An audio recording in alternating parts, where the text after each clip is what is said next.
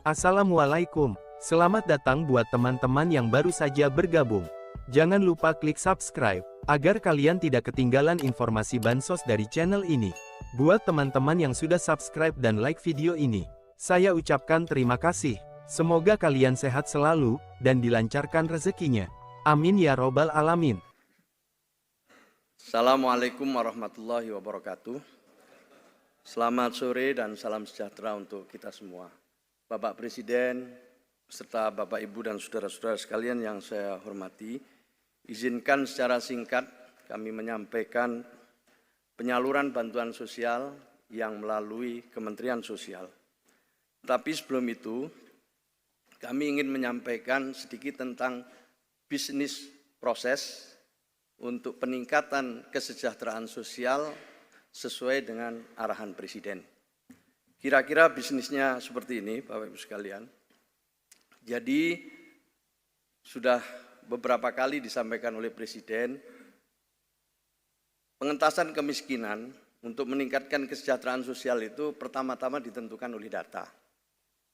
Nah, alhamdulillah sejak Indonesia merdeka, di awal pemerintahan Pak Presiden Prabowo, kita sudah memiliki data tunggal nasional, yang ini untuk pertama kalinya sejak Indonesia merdeka. Jadi tentu seluruh kementerian, lembaga, pemerintah daerah, dan swasta diharapkan nanti semuanya bisa mengacu berpedoman kepada data tunggal sosial ekonomi nasional yang disusun oleh BPS. Berdasarkan data inilah kita bekerja, Bapak Ibu sekalian. Yang pertama adalah program perlindungan dan jaminan sosial. Itu di kotak yang pertama. Paling kiri itu adalah data, datanya ada miskin ekstrim, ada miskin, ada rentan. Tetapi untuk data tunggal sosial ekonomi nasional ini, datanya sudah berjenjang, mulai dari desil 1, desil 2, sampai desil 10 yang merupakan komposisi dari seluruh penduduk Indonesia. Jadi pensasarannya sekarang jauh lebih jelas. Dan untuk itu kami harus mengucapkan terima kasih kepada Pak Presiden yang sejak awal mengingatkan kami semua untuk sungguh-sungguh mengenai data ini. Nah, program perlindungan sosial ini ada dua, bantuan pangan non-tunai dan program keluarga harapan. Sementara ada dukungan tambahan berupa bantuan atau penerima bantuan iuran untuk peserta BPJS Kesehatan. Nah, setelah diberi perlindungan sosial untuk memenuhi kebutuhan dasarnya, dan tentu bantuan ini adalah bantuan bersyarat, bantuan yang hanya bisa dipergunakan untuk peruntukannya, untuk ibu hamil, untuk ongkos sekolah anak atau biaya untuk berangkat dan pulang sekolah, untuk sangu, maupun juga untuk lansia dan penyandang disabilitas. Setelah perlindungan sosialnya selesai, dan ini program utama dari Kementerian Sosial, maka yang tengah itu adalah rehabilitasi sosial. Jika ada keluarga atau masyarakat yang memerlukan perlindungan sosial, setelah itu yang terakhir ini adalah pemberdayaan. Nah, setelah itu diharapkan nanti graduasi, lulus, ikut pada program kementerian yang lain. Maka itulah kita sungguh memberikan rasa hormat karena Presiden membentuk yang namanya Kementerian Koordinator Pemberdayaan Masyarakat. Jadi sekarang diseimbangkan antara perlindungan sosial dan pemberdayaan masyarakat.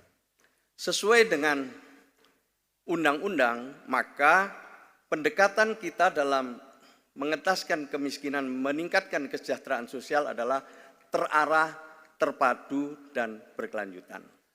Maka itu sejak awal Bapak Presiden merancang program-program kementerian ini supaya sinergi menghilangkan ego sektoral berpadu dalam rangka mengatasi masalah kemiskinan.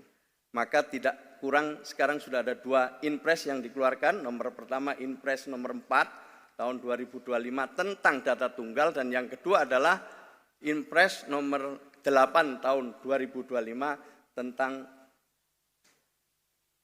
pelaksanaan pengentasan kemiskinan dan penghapusan kemiskinan ekstrim. Inilah yang menjadi dasar hukum kami. Nah, untuk itu selanjutnya Bapak Ibu sekalian, sebelum saya pindah ke penyaluran bansos, sekarang ini kementerian dan lembaga telah mengintegrasikan seluruh programnya dalam rangka pengentasan kemiskinan ini. Kami ingin mengajak kepada Bapak Ibu sekalian, dunia usaha, untuk bisa bersama-sama dengan kami juga menggunakan data yang sama dan sekaligus berpadu mengintegrasikan program-program CSR Bapak Ibu sekalian untuk juga berpedoman kepada data tunggal sosial ekonomi nasional dan juga beserta program pemerintah. Inilah berikutnya Bapak Presiden penyaluran yang telah kami lakukan, namun sebelum itu kami ingin menyampaikan alokasi anggaran yang ada di Kementerian Sosial. Pertama-tama pagu kita, mohon disampaikan di slide berikutnya. Ini pengembalian dana, jadi kalau misalnya ini tidak sampai kepada penerima manfaat atau keluarga penerima manfaat, dalam waktu 3 bulan lebih 15 hari akan kembali ke kas negara. Karena pengiriman kita melalui bank milik pemerintah atau Himbara, dan yang kedua adalah melalui PT Pos Indonesia. Lanjut. Inilah anggaran Bapak Presiden yang ada di Kementerian Sosial berupa bantuan pangan non-tunai atau terkenal dengan bansos sembako sebesar 43 triliun 864 miliar untuk 18.277.083 keluarga penerima manfaat. Biaya salurnya adalah 97 miliar. Kalau yang lewat Himbara itu tentu tidak memerlukan biaya, tetapi yang melalui PT Pos itu memerlukan biaya dan biaya salurnya adalah 97 miliar. Sementara PKH, Program Keluarga Harapan, menyasar 10 juta KPM. Anggarannya, pagunya adalah 28 triliun 79 miliar rupiah. Biaya salurnya adalah 29 miliar rupiah. Kemudian untuk yatim piatu, kita juga memberikan dukungan kepada 294.000 yatim piatu. Anggarannya sebesar 705 miliar 600 juta rupiah. Kemudian yang terakhir adalah permakanan untuk lansia terlantar usia di atas 75 tahun. Setiap hari kita beri makan pagi dan makan siang 2 kali, tetapi 1 kali kirim pada saat sarapan kepada 136.000 penerima manfaat.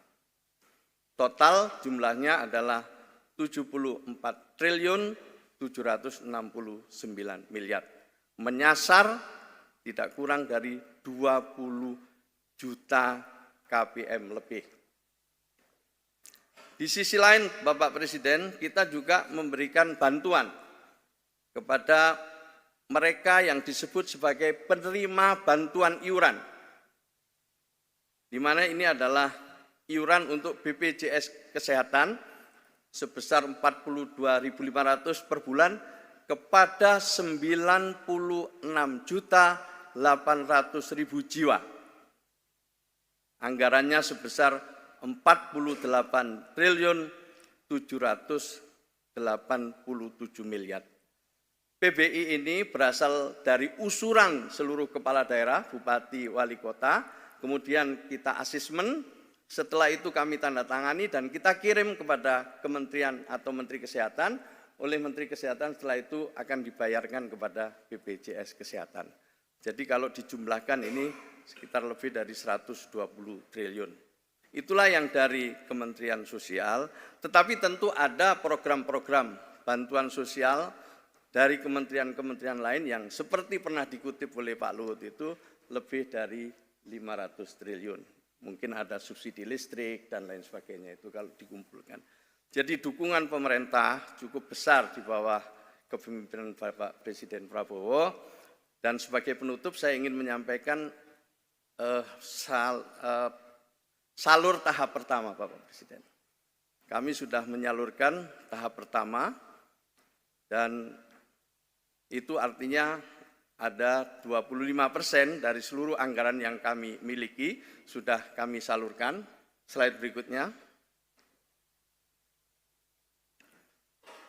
Inilah kami sudah menyalurkan lebih dari 18 triliun di triwulan pertama ini, karena penyalurannya itu setiap 3 bulan, Bapak Presiden. Triwulan pertama, triwulan kedua, triwulan ketiga, dan triwulan keempat.